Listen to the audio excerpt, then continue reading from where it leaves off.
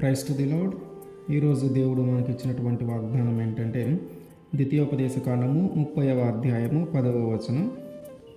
నీ దేవుడైన యెహోవా వైపు మళ్ళునప్పుడు యెహోవా నీ పితరుల యందు ఆనందించినట్లు నీకు మేలు చేయుటకు నీ యందు ఆనందించి నీ వైపు మళ్ళును. ఆమేన్. మనము దేవుని వైపు తిరిగితే ఆయన మన వైపు తిరుగుతాడు. మనము దేవుడి పక్షాన ఉంటే ఆయన మన పక్షాన ఉంటాడు. మనము ఆయన వైపు ఒక అంగేస్తే ఆయన మన వైపు 100 అంగులేస్తాడు. మనము ఆయన చెప్పిన మాట వింటే మనము చెప్పేది కూడా ఆయన చేయటానికి ఇష్టపడతాడు. దేవుడు మనల్ని ఎంతగా ప్రేమిస్తూ ఉన్నాడో మనము ఆయన వైపు తిరిగినప్పుడే మనకు అర్థమవుతుంది. ఆయన మనల్ని ఎంత మంచిగా చూసుకోవాలనుకుంటున్నాడో ఆయన వైపు తిరిగితేనే మనకి అర్థమవుతుంది. మన జీవితంలో మనకు ఎదురైనటువంటి శ్రమలను బట్టి కానీ, మనం ఎదుర్కొన్నటువంటి కష్టాలను బట్టి కానీ, మనం ఎదుర్కొన్నటువంటి వ్యాధులను బట్టి కానీ, మన జీవితంలో మన మీదకు వచ్చినటువంటి అవమానాలను బట్టి కానీ దేవునికి మనము దూరం అవుతూ ఉంటాం. దేవుని మీద ఆధారపడకుండా, దేవుని వైపు మనము తిరగకుండా, వాటన్నిటినీ త్వరగా మన జీవితంలో నుంచి తొలగించుకోవాలనే ఒక ప్రయత్నంలో దేవునికి దూరం అవుతూ వేరే వాటికి దగ్గరవుతూ ఉంటాం. అంటే దేవుని వైపు మళ్ళకుండా వేరే వాటి వైపు మళ్ళీ వాటి నుంచి బయటపడాలని మనం ప్రయత్నం చేస్తూ ఉంటాం. అందువల్ల మనము దేవునికి దూరం అవుతూ ఉంటాం. కానీ దేవుడు అంటున్నాడు, మీరు నా వైపు తిరగండి. మీరు ఎప్పుడైతే నా వైపు తిరుగుతారో నేను మీ వైపు తిరుగుతాను. మీరు ఎప్పుడైతే నా వైపు మళ్ళుతారో నేను దానిని బట్టి సంతోషిస్తాను, దాన్ని బట్టి నేను ఆనందిస్తాను.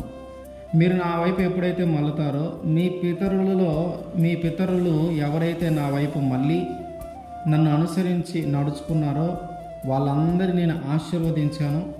వాళ్ళని ఎట్లాగైతే ఆశీర్వదిస్తానో, వారి జీవితంలోకి ఎట్లాగైతే మేలులు తీసుకొని వచ్చానో, ఇప్పుడు మీరు నా వైపు తిరిగితే నేను మీ జీవితంలో అదే విధంగా మేలులను తీసుకొని వస్తాను. మీ పితరులని నా వైపు తిరిగి నా మార్గంలో నడిచిన మీ పితరులలో ఎవరైతే బాగా ఆశీర్వదింపబడ్డారో, ఎవరైతే నా వైపు తిరిగి దీవెనలు పొందుకొని ఉన్నారో వాళ్ళలాగే మీరు కూడా నా వైపు తిరిగితే నేను కూడా మీకు దీవెనలను ఇస్తాను. నేను కూడా మీకు మేలును కలుగజేస్తాను. నేను కూడా మీకు మంచి స్థితిని ఉండేలాగా చేస్తానని చెప్పి దేవుడు మాట్లాడుతూ ఉన్నాడు. ఒక పిల్లవాడు తన తండ్రి మాటకు లోబడి తన తండ్రి చెప్పిన పనులన్నీ చేసుకుంటూ తన తండ్రి మార్గంలో నడుస్తూ ఉంటే ఆ పిల్లవాడిని చూసినప్పుడు ఆ తండ్రికి చాలా సంతోషం అనిపిస్తుంది. చాలా గర్వంగా ఫీల్ అవుతూ ఉంటాడు. అది చక్కగా మాట వింటున్నాడు, చక్కగా నేను చెప్పింది చేస్తున్నాడు, నేను చెప్పిన మార్గంలోనే నడుస్తున్నాడని దానిని బట్టి ఆ తండ్రి సంతోషిస్తాడు. అప్పుడు ఆ పిల్లవాడికి ఏదైనా కష్టం వస్తే ఆ తండ్రి చూస్తూ ఊరుకోడు. ఖచ్చితంగా అతని కన్నీటిని తుడుస్తాడు. నేనున్నాను అని ధైర్యం చెప్తాడు. సో అట్లాగే మన పరలోకమందున్న తండ్రి కూడా మన కోసం కూడా అట్లాగే ఎదురు చూస్తూ ఉంటాడు. ఈ పిల్లలు నా మాట వింటే బాగుండు, నేను చెప్పిన మార్గంలో నడిస్తే బాగుండు, నన్ను అనుసరించి నడిస్తే బాగుండు అని చెప్పి ఆయన కూడా ఎదురు చూస్తూ ఉంటాడు. కనుక పిల్లలు తల్లిదండ్రుల మాట విన్నట్టుగా మనం కూడా మన తండ్రి అయిన మన దేవుడైన యేసుక్రీస్తు వారి మాట కానీ మనం కూడా వింటూ నడుస్తూ ఉంటే, ఆయన మార్గాన్ని అనుసరించి మనము జీవిస్తూ ఉంటే ఆయన కూడా మన ఎడల సంతోషిస్తాడు. ఆయన కూడా మనం చేసే దానిని బట్టి ఆయనకు కూడా ఆనందం కలుగుతుంది. దానిని బట్టి మనకొచ్చినటువంటి కష్టమైన, మనకొచ్చినటువంటి బాధ అయిన వాటన్నిటిని తొలగించి మన జీవితంలోకి మేలులు ఆయన తీసుకొని వస్తాడు. మన జీవితంలోకి ఆశీర్వాదాన్ని ఆయన తీసుకొని వస్తాడు. కాబట్టి మనము ఏదో ఆయన వైపు తిరగాలన్నా, మాట వినాలన్నట్టు కాకుండా మన పూర్ణ మనసుతో, మన పూర్ణ ఆత్మతో కానీ ఆయన వైపు తిరిగితే ఆయన దానిని బట్టి సంతోషిస్తాడు, మన జీవితంలో మేలులు చేస్తాడు.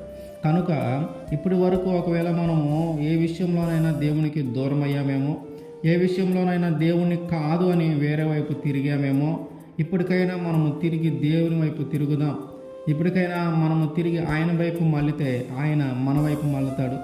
ఆయన మనము చేసిన దానిని బట్టి సంతోషించి మన జీవితంలో మనకి రావాల్సిన మేలులన్నిటినీ ఆయన దయచేస్తాడు గనుక ఇప్పటికైనా మనము ఆయన వైపు తిరుగుదాం. ఆమేన్.